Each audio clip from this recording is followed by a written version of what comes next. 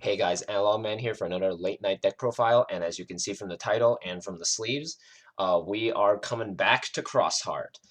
This deck, actually, surprisingly, it actually won me a locals one time, and it was really good, but too good. Honestly, Cross 4, really broken card. Honestly, I can see why they had to hit the card. It was super powerful. It got you draws. It let you save materials. So not surprising it got hit. Also, Sunrise Buster, that card was too broken even when it first came out in Japan, so I was kind of expecting something, but I didn't expect them to hit it all the way to 1. That was just brutal, so now we only have 1 to work with, but even then, the deck is still really disgusting how it works, and you can still use at least 1 copy of it, but um, anyway, after that, I kind of went back to the drawing board, just kind of figuring out, how this deck would work without all that stuff.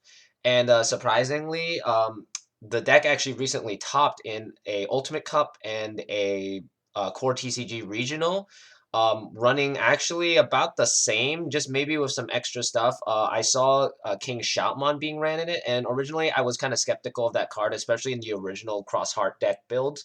But now with Cross 4 at 1, that card is actually pretty crucial, especially because it basically allows you to grab any Digicross Digimon from the trash, kind of like Male Bergermon for Blue Flare. So I kind of saw the importance finally of that card, and actually I decided to try it out, and it actually worked really well in this deck. You don't really play it as often as you might think, but it's there just in case if, let's say, your X4 gets milled or one of the last cross fives you need to finish the game is in trash. Usually, with certain tamers, you should be able to gain up to like maybe 5 or 6 memories. So you should be able to play it and then play cross 5 for 0 cost basically, and then set up a blocker if if it's still on game. So it's really good. Anyway, let's get into the deck profile so I can show you what I mean. For the eggs, we're still running the 4 Pikmons. I managed to actually pull a pre-release Pikmon from one of my pre-release packs from locals, so really cool that I now have this. I do kind of plan to max this out. This card is still a staple in Cross Art because, of course, it lets you draw a card, which is really powerful in this format right now still. So for this, fifth egg doesn't really work because it doesn't work well with Cross Heart. So gotta stick with just the 4. For rookies, we're still running the 4 Shoutmons because he is one of our main searchers of the deck. Very strong card. Also, the fact is that he does have save and he does give rush to any of our Digicross targets. Then we run 4 Starmons because, of course, when you attack with this guy underneath a Digicross Digimon, you get to draw 1 if it's Cross Heart, which is really cool, or it's Shoutmon, basically. Then we still run the 4 Sparrowmon. Sparrowmon's still really powerful. The fact that they can't really remove him sometimes because he's so big, like 5,000. I've actually had situations where he's just too big and they can't swing into him with like their little guys, so it's really cool. Then these are proxied for now. Shout out to my friend Alex for hooking me up with 2 King Shoutmons in the coming days in the next locals. But King Shoutmon's actually really busted just in the way that it can become any material. So it can basically substitute Sparrow or Star if you're missing it. And the fact that it lets you recover something on play and it digicrosses by using any material. So you can put anything, including level 4s or whatever, underneath to reduce its cost to 3, which is really cool. That's all the rookies we run. We run exactly 14 rookies with the inclusion of King Shoutmon now. So it's actually not too bad because this deck was already kind of a rush deck, but having an extra rookie actually does help a lot. Let's get into level 4s. Of course, we're still running the 4 Dorlumons because minus 3,000 is still very strong, and the fact that it gives a minus 2,000 to security Digimon. Then we run 4 Ballistamons because this is still our main blocker of the deck, and the fact that it gives us Piercing, which is also really solid. Then, of course, the 1 Cross 4 Rip, pour one out for Cross 4. Cross 4 was way too strong, and I can see why they hit it. But we will be getting a replacement for this eventually. But for now, we are running 1, and this card is still really busted. You get to save 2 materials. On play, you get to draw 2, and at the end of battle, you get to just kill it and then equip it back, and then you get to like maybe go into X5. So really solid. But yeah, we only run this small amount of level 4s now because originally we would run 4 of this, but now we've reduced it down, so now we're running it at exactly 9. It seems a little bit small, but honestly, you see them a lot, so it's not that big of a deal. For level 5s, of course, we run the 4 copies of Cross 5 because he is now our main hitter. And honestly, it's actually not too bad switching. It's basically a reverse of what it used to be. Originally, what you would used to do is just play Cross 4, swing, play like multiple Cross 4s, and then summon Cross 5 for game. Now it's Cross 5 as the main hitter, while Cross 4 is the finisher, basically. Because he can cost 1 after the 0, and you just basically go for game with him. So gotta have 4 copies. It's kind of weird having like only 3 AAs, but you know what? That's how it is sometimes. For level 6s, we don't run level 6s because we don't need it in this deck. For level 7s, of course, we do run 2 Def X because Def X is still very powerful, helps you board wipe, and it's a constant threat. So your opponent has to take care of this, and if not, they basically lose advantage. So a very powerful card that you have to run at least at 2. Then for basically that's all the Digimon for the deck so far.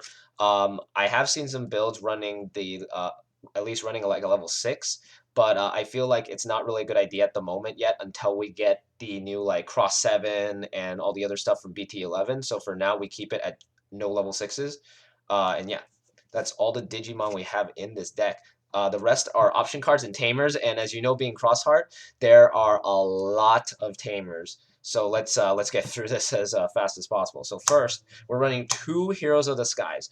Originally, this build did run Fireball, but I actually haven't really encountered that many people playing the the rookies that basically stop you from reducing cost. I have honestly not run into that as often as you might think. I've seen more of the stopping you from gaining memory one. That has mainly been the one thing that I've seen a lot more, honestly. And Hero of the Skies is actually way better because you don't need to kill something. You just draw 2 and give security +1 if if there's a cross 5 on board. So running 2 of this is already pretty fine, honestly. Then we run 2 Crimson Blaze because this does help us clear boards alongside Def X, of course. Crimson Blaze is still very strong, and it does help us get rid of any of those rookies that I mentioned before that can potentially stop you from doing stuff. And then we run the 1 Sunrise Buster, Rip Sunrise Buster. Shame it had to get hit, but it was way too powerful, especially in this deck because of how many Tamers you played. You could just kill almost anything, so this is kind of like a trump card now at this point, so it's whatever. We run only 5 option cards, surprisingly, compared to before where we played a little bit more, but now it's like we rely honestly more on the Tamers to search out stuff and Shoutmon, so it's honestly not too bad. It's basically kind of turned into hybrid a little bit where you're just playing a ton of Tamers nonstop every turn. But yeah.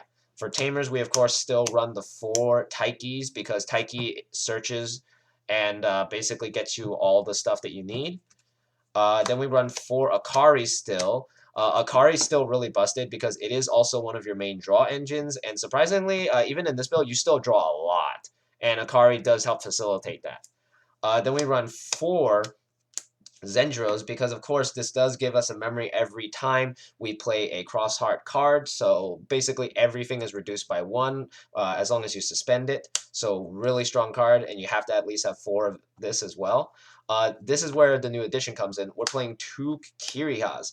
Kiriha is basically there when Taiki isn't there because he is not only a memory setter, but he allows you to grab stuff by suspending him to grab Digimon underneath other tamers. I've actually had matches before where I just did not see Taiki, so I could not use the materials underneath the tamers. But having 2 more generals that basically let you, grab stuff is crucial because now you have access to also a memory setter. Before I was running 2 ties, but the ties only gave me security checks, and this is a little bit more of a benefit, honestly. So I actually like the inclusion of Kiriha more than Tai. Plus, it gives us a blue option as well. So if I were to ever run like Ice Wall or something to like maybe like Hammer Spark, this would allow it to proc off basically.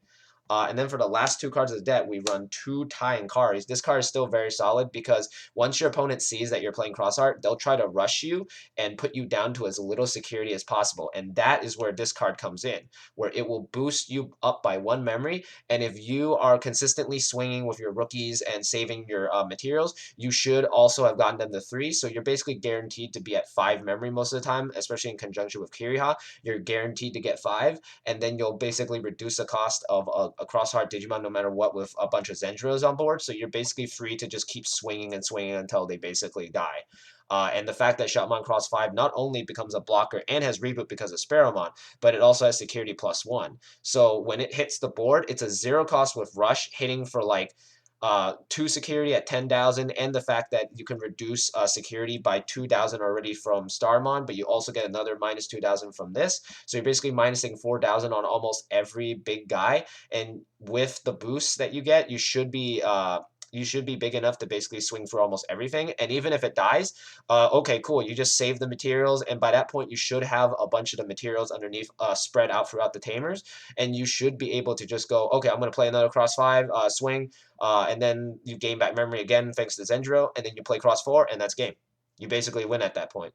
This deck is still very crazy and very fast, even with the hits from the ban list. Losing cross 4 does hurt a lot. It does hurt your draw power, but even then, you still have all your searchers. You still have option cards for that, and it's just insane how powerful this deck is still. But yeah, I wanted to put out this deck profile so you guys could see that the deck is still kicking, it's still doing well, and it's somehow struggling along. And once we get to BT11, it's going to make a good comeback, especially with Cross 7, with Omega Shoutmon, with the new White Tamer that basically lets you just equip and gain a memory and draw a card too. So things are looking up for Crossheart, and the future looks really bright. So I'll see you guys next time. Like, comment, subscribe, let me know what you thought of the deck, and yeah, see you next time.